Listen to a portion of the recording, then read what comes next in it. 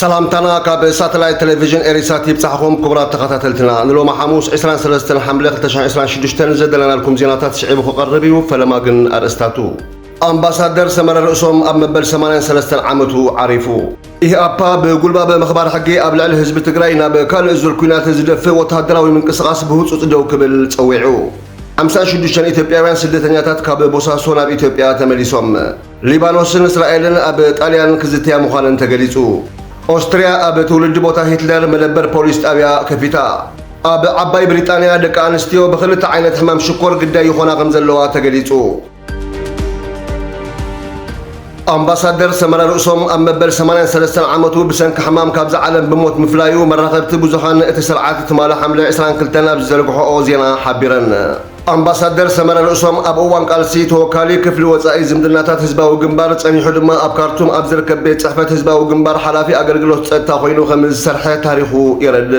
دحرنا تنة منستر سمر رؤسهم كابشان جعات 209 حدن كساب شان جعات 209 كلتنا أب سودان قدامي صحفي جزاوي منقستي إرترا كابشان جعات 293 كساب شان جعات 296 أب منستري وزائي قديات وانا دايركتر ديسك أمريكا كابشان جعات 297 كساب كلتشان سلستن أب أمريكا أمباسادر إرترا كاب كلتشان سلستن كساب كلتشان شدشتن أم حداري زوبا مأخل كاب كلتشان شوعاتن كساب كلتشان إسران حموشتن منستر تمرتي غوينو كمسر حيفلت بتوساخ دما كاب كلتشان 10 شومونتن كساب كلتشان إسران حموشتن أب إثيوبيا أمباسادر إرترا غوينو تبديبو كان تسرحه أب علتاوي نطفتات إرتراويان زتوكور مكتتالن سللان توافيرو من بارو تنتنتي يقلصو أمباسادر سمرة أب منستر تمرتي منستر كوينو نلوح عمتات بسرحل أوان بقعات درجات تمرتي خقدلن سرعات تمرتي بلاشون كاب زغبرو بالشواتن شكاناتن سبا سلطان حدا بمخانوم ببزحات إرتراويان يوقسو سنة سرعات كبري منستر سمرة رؤسهم صباح عربي حملة 24 لغو ساعات 10 أب أسمرة أب مقابر حربنياتات كفتسام تثبيت يقبر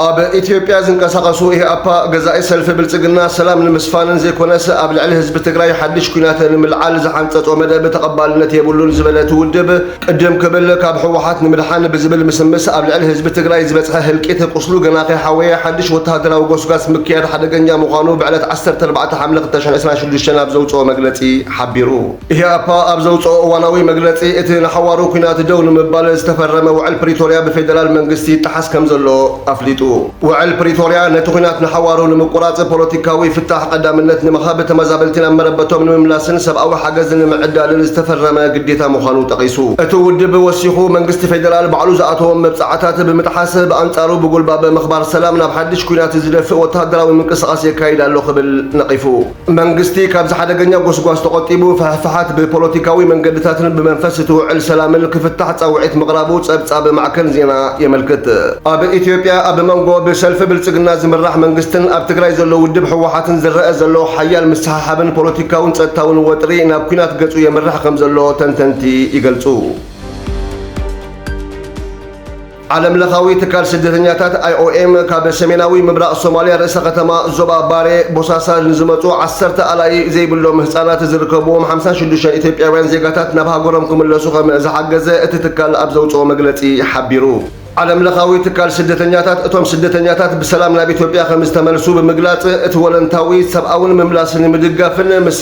ዘይስሩዕ መስመራት ስደት ዝተሓሓዙ ሓደጋታት ንምፍታሕን ዝገብሮ ዘሎ ጻዕሪ ምዃኑ ባይሎዋ ኦንላይን ብ22 ሓምለ ሓቢሩ እቶም ስደተኛታት ጉዕዞ ስደቶም ንምቕጻል ሓሲቦም ናብ ገማግም ባሕሪ እትርከብ ከተማ ቦሳሶ ከም ዝተጓዓዙ እቲ ትካል እኳ እንተገለጸ ከምዚ ዓይነት መስመራት ንስደተኛታትን ድሕንነቶምን ህይወቶምን ስግኣት ሓዊሱ ንኸቢድ ሓደጋታት ከም ዘቃልዕ ምዃኑ ኣጠንቂቑ 10 ኣላይ ወይ ስድራ ዘይብሎም ህፃናት ዝርከብዎም 56 ዜጋታት ኢትዮጵያ ናብ ሃገሮም ብውሑስ መንገዲ ክምለሱ ጌርና ኢና ዝበለ IOM እዚ ድማ ኣካል ዘይስሩዕ ስደት ንምክልኻልን ተቓላዕቲ ስደተኛታት ንምክልኻልን ዝካየድ ዘሎ ጻዕርታት ምዃኑ ኣብቲ ዘውፅኦ መግለጺ ይሕብር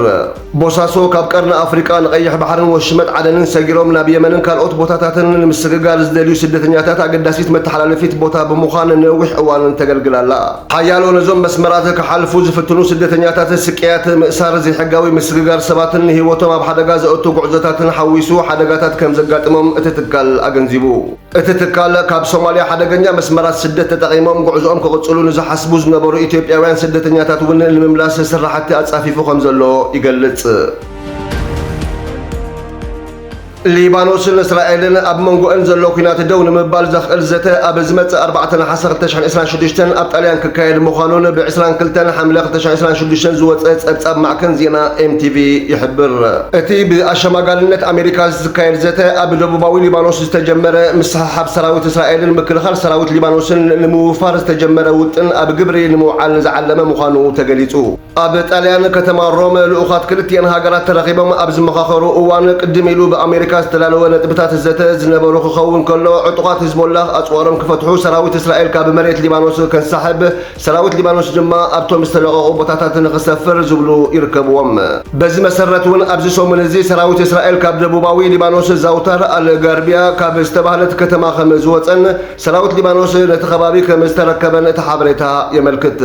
ሰራዊት እስራኤል ካብቲ ቦታ ምንሰሓቡ ብኣወንታ ዝረአ እኳ እንተኾነ ሊባኖስ ካብ ኩሉ ግዝኣታት ሙሉእ ብሙሉእ ክወፅእ ከም ትደሊ ቀዳማይ ሚኒስተር እቲ ሃገር ምግላጹ ጸብጻባት ይሕብሩ። ኦስትሪያ ኣብቲ ኣዶልፍ ሂትለር ዝተወለደሉ ቦታ ኣንፈት ሰዓብቱ ንምቕያስ መደበር ፖሊስ ጣብያ ከም ዝኸፈተት ትማሊ 22 ሓምለ ዝተዘርግሐ ጸብጻብ ማዕከናት ዜና ይሕብር። እቲ ኣዶልፍ ሂትለር ኣብ ዝተወለደሉ ከተማ ብራውናው ኦም ኢን ዝተኸፈተ እቲ መደበር ፖሊስ ኣብቲ ቦታ ዝካየዱ ምንቅስቓሳት ደገፍቲ ስርዓት ናዚ ንምግዳብ ዝዓለመ ምዃኑ እቲ ሓበሬታ የረድእ። እቲ ኣብ መበል 17 ክፍለ ዘመን ዝተሃነፀ መዕረፊ ኣጋይሽ መዳርግቲ ተጓዓዝቲ ደገፍቲ ናዚ ከይከውን ንሰበስልጣን ኦስትሪያ ዓብ ሕማም ርእሲ ኮይኑዎም ከም ዝርከብ እቲ ጸብጻብ ወሲኹ ይሕብር። ኣብ ዓባይ ብሪጣንያ ኣብ 20ታት ዕድመ ዝርከባ መናእስያት ደቂ ኣንስትዮ ዝበዝሓ ካብኣተን ብዓይነት ክልተ ሕማም ሽኮር ይተሓዛ ከም ዘለዋ ትማሊ 22 ሓምለ ዝወፀ ጸብጻብ ማዕከናት ዜና እታ ሃገር የመልክት። እዚ ወሰኽ ብዓቢኡ ድሕሪ ለበዳ ኮቪድ ዘጋጠመ ኮይኑ ምስ ምውሳኽ ደረጃ ክራሽ ዝያዳ ዝተኣሳሰር ምዃኑ ካብ 2011 ክሳብ 2024 ዝተገብረ ትንተና መረዳእታ ሃገራዊ ኣገልግሎት ጥዕና እታ ሃገር ይሕብር። እቲ ዓይነት ክልተ ሕማም ሽኮር ከቢድን ከም ሕማም ልብን ወቕዕን ዝኣመሰሉ ከበድቲ ጸገማት ከስዕብ ከም ዝኽእል እቲ ሓበሬታ የረድእ። ክቡራት ተኸታተልቲ ንሎማ ሐሙስ ዝበልናዮም ዜናታትና እዞም ክትከታተልዎም ዝጸናሐኩም ይመስሉ ነይሮም። ብኻልኦት ዜናታትና ክሳብ ንራኸብ ሰሰናዩ ንምነየልኩም።